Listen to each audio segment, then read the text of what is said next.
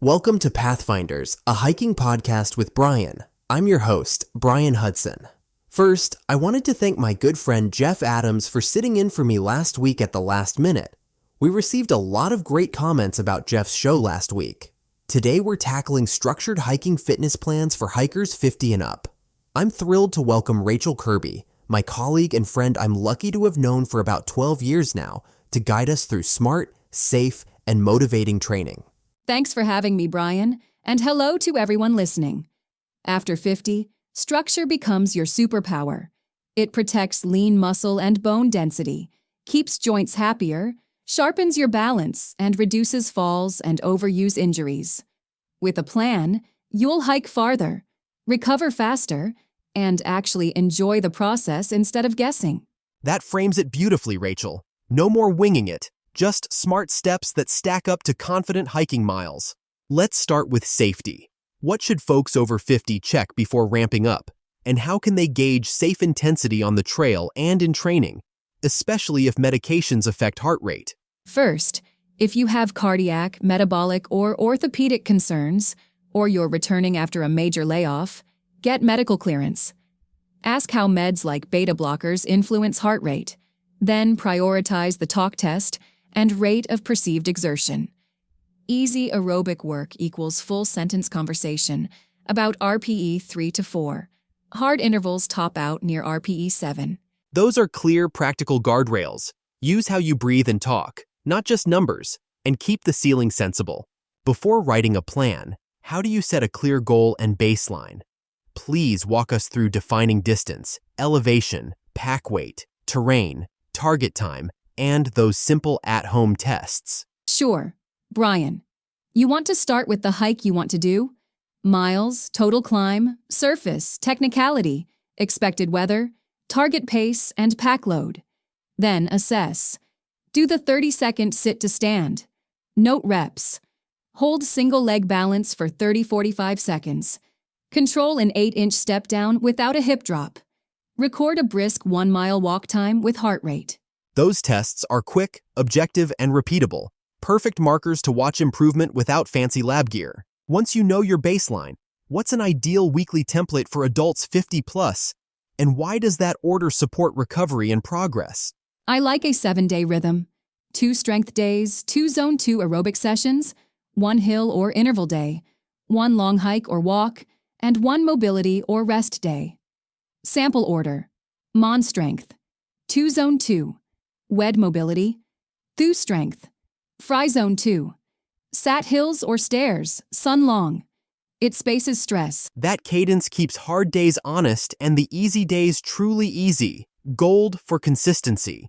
For strength, what should hikers prioritize? Joints, movements, sets, reps, tempo.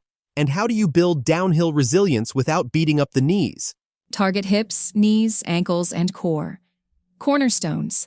Step-ups and step-downs, split squats, a hip hinge like Romanian deadlifts, calf raises, loaded carries, and anti-rotation core.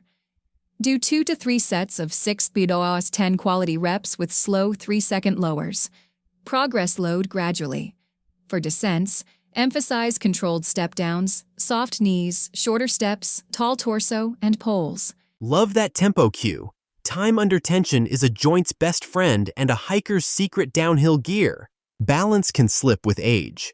What drills sharpen footwork? And how do you safely integrate pack weight and trekking poles so they help, not hinder?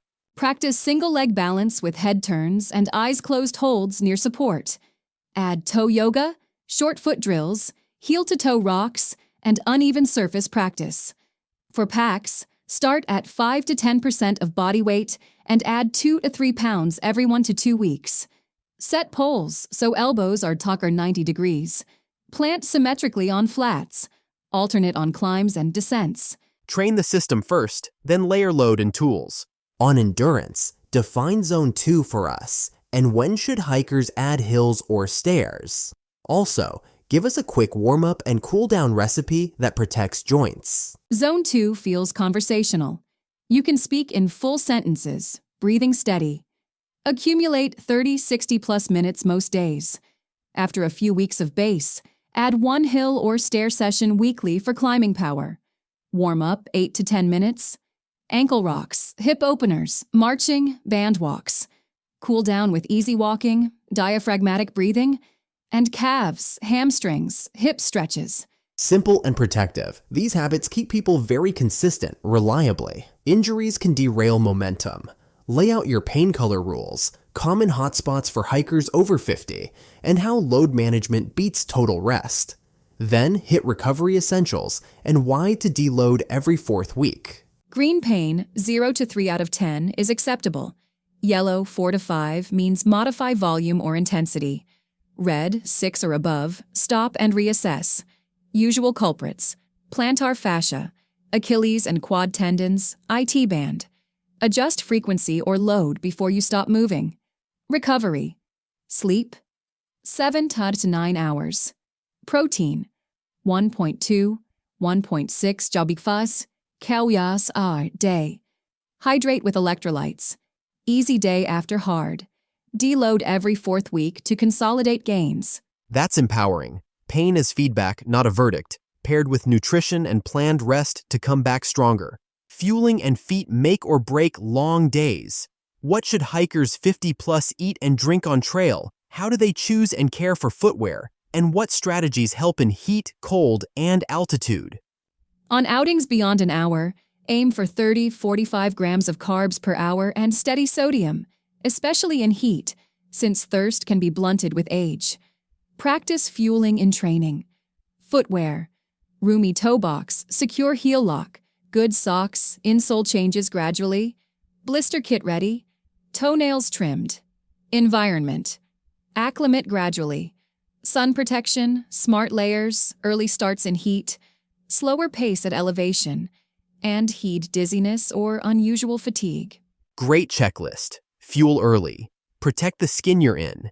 And give the mountains the respect they're due. Bring it together with a simple 8-week progression. How should weeks 1 through 8 flow? How fast should volume grow? And how do hikers know when to progress? Weeks 1 to 3. Build your base with Zone 2, light strength and technique. Week 4. Deload. Reduce volume 30 to 40%. Keep movement quality. Weeks 5 to 7. Add hills or stairs and increase pack load gradually. Week 8. Simulate the target hike. Progress only 5 to 10% per week if pain-free. Form stable, energy good. RPE 7. And balance trending toward 45 seconds. Great structure, clear build, strategic deload, then a realistic peak. Let's talk tracking. How often should people retest those baselines? What metrics matter week to week?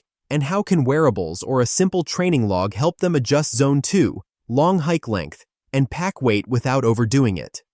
Retest every 4 weeks, ideally after a deload, to capture adaptation. Repeat sit to stand, single leg balance, step down control, and the 1-mile walk. Weekly. Track minutes in Zone 2, mileage or steps, elevation gain, RPE, and morning stiffness. Wearables estimate heart rate and pace, but pair with the talk test. Simple rule: if your rolling 7-day load jumps over 10% or RPE tops 7, hold volume. Long hike grows 5 to 10%. Add pack only if you feel fresh the next morning. Objective checks plus how you feel. Balance sustains progress. Give us a quick masterclass on poles for knee relief and efficiency. How should cadence, planting pattern, and posture change on flats, climbs, and especially those quad-burning descents? On flats, set pole length so elbows are near 90 degrees, plant symmetrically, and keep cadence brisk with short steps. On climbs, shorten a notch, lean from the ankles, and plant just behind the lead foot. Alternating plants free the hips. On descents, lengthen a notch. Stay tall. Soften knees and plant slightly ahead, and wider for a tripod effect. Shorter steps cut braking forces, and poles offload knees and ankles. That image of a moving tripod is money. Stable, tall, and quick beats big, pounding steps every time. Plans only work if you stick with them. What mindset shifts help hikers over 50 stay consistent, handle setbacks, and keep the joy of the trail front and center? Adopt a mastery mindset. You're practicing skills, not chasing punishment. Process goals beat outcome goals. Finish the week with 2 strength sessions and 3 Zone 2 blocks, not be faster. Use micro commitments. 10 minutes to start. Momentum usually carries you. Expect setbacks, travel, weather, aches, and have a minimum effective dose plan ready. Celebrate green zone hikes, solid sleep, and good fueling as wins. Finally, reconnect purpose. Movement protects independence, lets you share vistas with family, and deepens time in nature. When motivation dips, go outside for 5 minutes. The trail usually answers. That reframes training from a chore to a choice. Small promises kept, purpose front and center. Here's an actionable tip for your listeners to try before their next outing. Twice this week, do controlled step-downs to bulletproof your descents. 2 sets of 8 to 10 reps per leg from a 6 to 8-inch step. Take 3 seconds to lower, light touch at the bottom, then stand back up. Add a light dumbbell when it feels easy. I love it. Simple, joint-friendly, and specific to hiking. Do it, and you'll feel the difference the very next downhill. That's our show for today, folks. We covered safe screening, clear goals, and baselines. A week that blends strength, Zone 2, hills, balance, mobility, fueling, gear, and environment, plus pain rules and recovery. Pathfinders turns curiosity into confidence with 1 actionable tip each episode. Please share, subscribe, and keep moving. I'm Brian Hudson. See you on the trail.